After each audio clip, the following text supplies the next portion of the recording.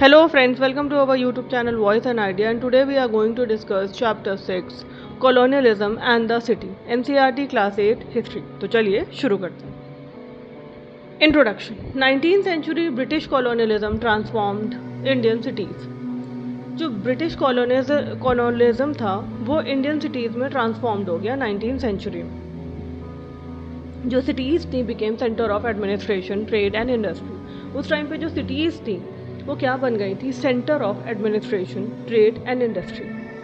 Urban life, architecture and social relation changed under British influence. और British का influence जो था वो हर चीज़ पर था. जैसे उनकी अर्बन लाइफ, आर्किटेक्चर और सोशल रिलेशन चेंज हुए. अगर आपने आगे के चैप्टर्स 1 to 5 नहीं कवर किए हैं तो एक बार आप पहले उनको देखिए. उससे आपको समझ में आएगा कि कैसे ब्रिटिश की पॉलिसीज़ जो थी वो कैसे इम्पैक्ट कर रही थी सोशल और पॉलिटिकल, इकोनॉमिकली, कैसे उनमें इंटरफेरेंस हो रहा था ब्रिटिश का. तो अगर उनकी पॉलिसीज़ और ये जो चीज़ें थी, इसलिए ब्रिटिश का इन्फ्लुएंस बहुत ज़्यादा था और उनका इम्पैक्ट भी था जो था वो चीज़ों पर काफ़ी पड़ रहा था. इसलिए ये सारी चीज़ें जैसे सोशल रिलेशन, आर्किटेक्चर और अर्बन लाइफ ये चेंज हो रही थी ब्रिटिश के इन्फ्लुएंस से. आई होप इतना क्लियर होगा आपको. Growth of colonial cities. Growth जो है कॉलोनियल सिटीज़ की क्या है? I. Cities like Bombay, Calcutta, Madras expanded rapidly. जो सिटीज़ हैं बॉम्बे की, कलकत्ता की, मद्रास की, वो काफ़ी रैपिडली एक्सपैंड कर रही थी, काफ़ी तेज़ी से आगे बढ़ रही थी. रीजंस क्या थे ग्रोथ के? British trade and commerce. British का ट्रेड, क्योंकि ट्रेड पर तो ये काफ़ी फोकस कर रहे थे, इन्होंने बहुत ध्यान दिया उस पर. Administrative offices and British settlement. इन्होंने एडमिनिस्ट्रेटिव ऑफिसेज और ब्रिटिश सेटलमेंट पे काम किया. Railways and port connecting cities to the countryside. इन्होंने क्या किया? कनेक्टिंग सिटीज़ को कनेक्ट किया कंट्री साइड से रेलवेज और पोर्ट्स के थ्रू. इसमें भी इनका फ़ायदा था. इन्होंने इन सिटीज़ के डेवलपमेंट पे ज़्यादा ध्यान दिया ताकि इनकी भी ग्रोथ हो सके और इन्होंने उसको आगे बढ़ाया था ना. इनकी पॉलिसीज़ भी ऐसी ही बनती थी और ये चीज़ों को ऐसे ही ध्यान देते थे कि इनसे इनकी ही ग्रोथ हो, इनका ही फ़ायदा हो. Next, new urban landscape. आइए समझते हैं. European style buildings. जो यूरोपियन स्टाइल बिल्डिंग्स थी जैसे ऑफिसेस, कोर्ट्स, चर्चेज, क्लब्स, तो इन्होंने यूरोपियन स्टाइल बिल्डिंग्स बनाई अर्बन लैंडस्केप में. जैसे जो उनके ऑफिस थे, जो कोर्ट थे या जो चर्च थे, क्योंकि ये क्रिश्चियनिटी में बिलीव करते थे तो इन्होंने चर्चेस भी बनवाए, क्लब्स बनवाए. जो इनका एक सोशल लाइफ था, जो जिस तरीके की सोशल लाइफ ये जीते थे. Segregation. Indian quarters separated from European areas.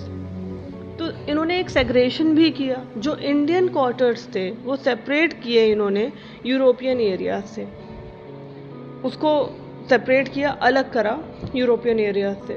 Traditional market and bazaars continued alongside new commercial centres.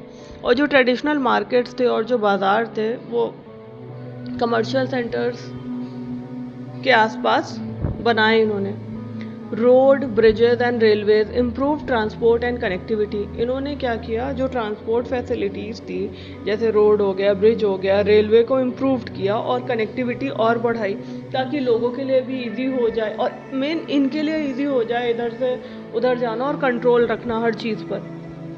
Connectivity रखी इन्होंने. Changes in urban life. अब अर्बन लाइफ में क्या चेंजेस थे? Population growth, crowding, sanitation problem. Population बढ़ रही थी तो क्राउडिंग और सैनिटेशन प्रॉब्लम थी. Employment opportunities in factories. Employment की क्या अपॉर्चुनिटीज़ थी? फैक्ट्रीज़ में, रेलवे, पोर्ट्स में एंड ऑफिसेस में.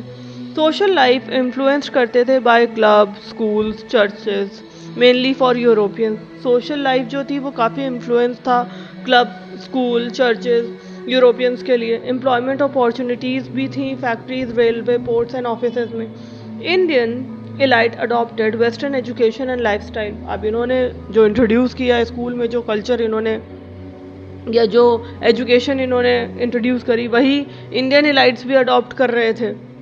वेस्टर्न और एजुकेशन, लाइफस्टाइल भी उनका वैसा ही अडॉप्टेशन भी हो रहा था क्योंकि ये भी तो एक सोशल इम्पैक्ट डाल रहे थे ना दूसरों पर कि हाँ क्या लाइफ है इनकी. इन्होंने अपनी सोशल लाइफ का इन्फ्लुएंस दूसरों इंडियंस पर भी डाला. क्वार्टर्स तो अलग करवाए इन्होंने, सेग्रीगेशन रखते थे, लेकिन ये अपनी एक सोशल लाइफ बना रहे थे।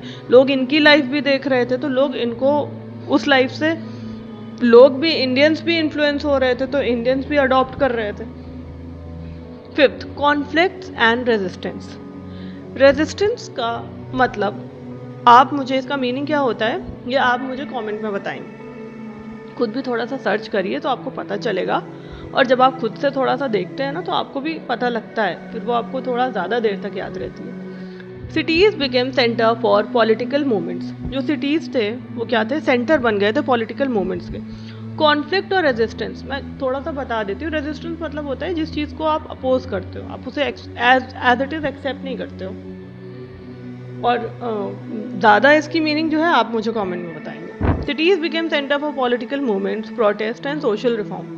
उस टाइम पे क्या था, जो सिटीज़ जो थे वो सेंटर बन गए थे पॉलिटिकल मूवमेंट के, प्रोटेस्ट के और सोशल रिफॉर्म के। जैसे एग्जांपल से समझते हैं, कलकत्ता में क्या था, growth of newspapers and printing presses. Calcutta में ग्रोथ हो रही थी न्यूज़पेपर की और प्रिंटिंग प्रेसेस की। बॉम्बे क्या था, पोर्ट सिटी के लिए था। Centre for trade union and workers protest, और ये क्या था, सेंटर बन गया था, मतलब बॉम्बे में जो पोर्ट सिटी था वो सेंटर बन गया था ट्रेड यूनियन का और वर्कर्स प्रोटेस्ट का। Urbanisation disrupted traditional craft based economy, और जो अर्बनाइजेशन था वो डिसरप्ट कर रहा था traditional craft based economy. I hope आपको ये क्लास समझ आई होगी। अगर क्लास अच्छी लगी हो तो लाइक करिए, शेयर करिए फ्रेंड्स के साथ, एंड सब्सक्राइब इट, ताकि आगे की वीडियो आपको मिलती रहे और एक कंटिन्यूटी आपकी भी बनी रहे। पूरी प्लेलिस्ट कवर होगी, क्लास 8 की हिस्ट्री।